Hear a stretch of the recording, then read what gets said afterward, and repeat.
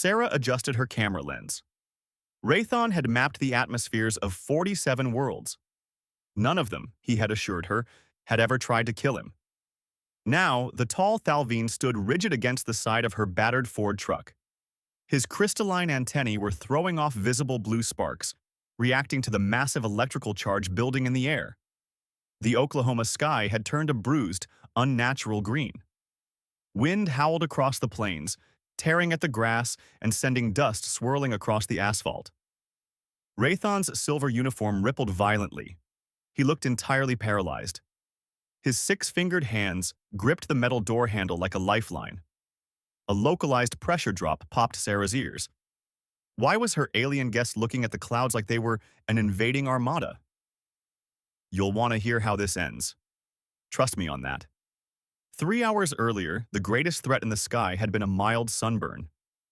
Sarah had tossed a collapsed, faded black umbrella onto the truck's dashboard. Raython picked it up with extreme care. He ran a diagnostic light over the nylon fabric and the cheap metal hinges. Atmospheric shielding? He asked. His voice had a musical, echoing quality. Just an umbrella, Sarah replied. Might need it later. Raython logged the item into his datapad. He categorized it as woefully inadequate against kinetic impact. Then Sarah checked her phone. The radar app showed a massive red hook forming to the southwest. Oh, awesome, she smiled. Big one tonight. Raython's crests twitched. The concept of weather being awesome did not translate smoothly through his neural implant. They drove west. The pale blue vanished, swallowed by a towering wall of gray cumulonimbus. Raython's magnetic navigation senses began to itch. Sarah noticed him rubbing his temples. His species relied on planetary magnetic fields to orient themselves, and Earth's atmosphere was currently building enough static charge to scramble a small city. The ambient static is elevating, Raython noted formally. My cartography pad indicates a massive energy buildup. Sarah nodded cheerfully, keeping one hand steady on the steering wheel. Yeah, thunderstorms are wild. A single lightning bolt carries about 1 billion joules of energy. Raython froze in his seat. They hit around 30,000 Kelvin, she continued smoothly. That is like 5 times the surface temperature of the sun. We get about 8 million of those strikes a day worldwide. Raython stared at her, his antennae sparking softly in the dim cab, and slowly typed the temperature into his pad. The screen immediately flashed a bright red warning symbol. Crack. The sound hit them before the light fully faded. A jagged fork of pure plasma connected the bruised sky to the open plains just 2 miles away. Raython went completely rigid. For 3 agonizing seconds, his cognitive functions simply shut down. His eyes dilated to pitch black, and his antennae went flat against his skull as the electromagnetic pulse of the strike effectively rebooted his highly sensitive nervous system. Sarah didn't notice his temporary paralysis because she had leaned entirely out the driver's side window, her camera shutter clicking furiously against the roaring wind. She was trying to capture the exact moment the clouds began to rotate. Isn't it beautiful? She sighed. Raython rebooted with a sharp gasp. He looked at the human. She was smiling at a thermal event that belonged inside a fusion reactor. He glanced down at his scanner. The screen displayed his own vitals in glowing blue text, warning that operator cognitive stability had fallen to 31%.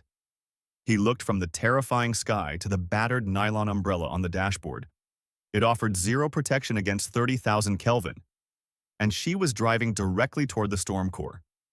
The truck rattled over the uneven asphalt. Huge, heavy drops of water began to smash against the windshield. Raython gripped his datapad with trembling digits. His crests were a constant, frantic firework display of blue static. He watched the human in absolute horror. She was intentionally accelerating toward the localized apocalypse. Sarah, Raython managed to vocalize, his tone painfully tight.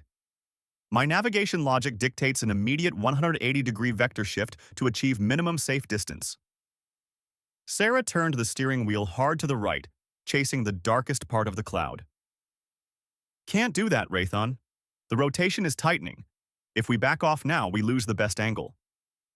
He stared at her profile. You are pursuing the thermal plasma discharges. Well, yeah, I am a storm chaser. We drive toward them, on purpose. She tapped the steering wheel to a rhythm only she could hear. For fun. Raython vocalized a soft, high-pitched whine.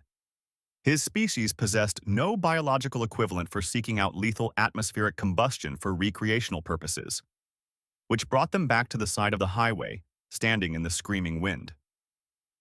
Raython leaned against the truck door, his body locked in rigid paralysis as another massive strike illuminated the bruised green sky.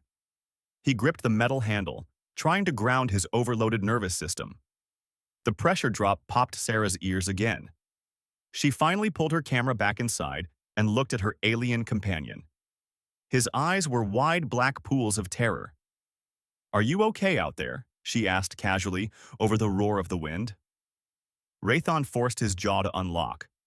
How does your species achieve the unconscious recovery cycle known as sleep during these events? Sarah shrugged, brushing a stray lock of hair from her face. Oh, the thunder helps actually. It is like white noise. He processed this. Humans use the acoustic shockwave of a billion-joule plasma weapon as a sleep aid. Sarah noticed his violently sparking antennae. For the first time, a flicker of genuine concern crossed her face. She reached across the console and grabbed the faded black umbrella. She stepped out into the howling wind and popped it open, holding it over Raython's shivering, silver-clad shoulders. It was completely useless against the crushing pressure. It offered zero structural integrity against the impending lightning. Here, she said warmly, we do not want you getting soaked before the main show really starts. Raython looked at the flimsy nylon canopy shaking in the gale, and then down at her perfectly calm, smiling face. Thank you, he said quietly. His scanner registered the umbrella again. It still categorized the item as an inadequate atmospheric shield. Looking at Sarah huddled underneath it with him, Raython finally understood. The device was never meant to protect them from the sky. It was simply designed to let them enjoy the walk through the chaos. Raython filed his report the next morning. Under colonial viability, he wrote, negative. Under reason, he wrote, the atmosphere is sentient and hostile. Then, after a long pause, he added a note he would never submit to command. The human called it beautiful. And for one moment, between the flashes, he almost understood why.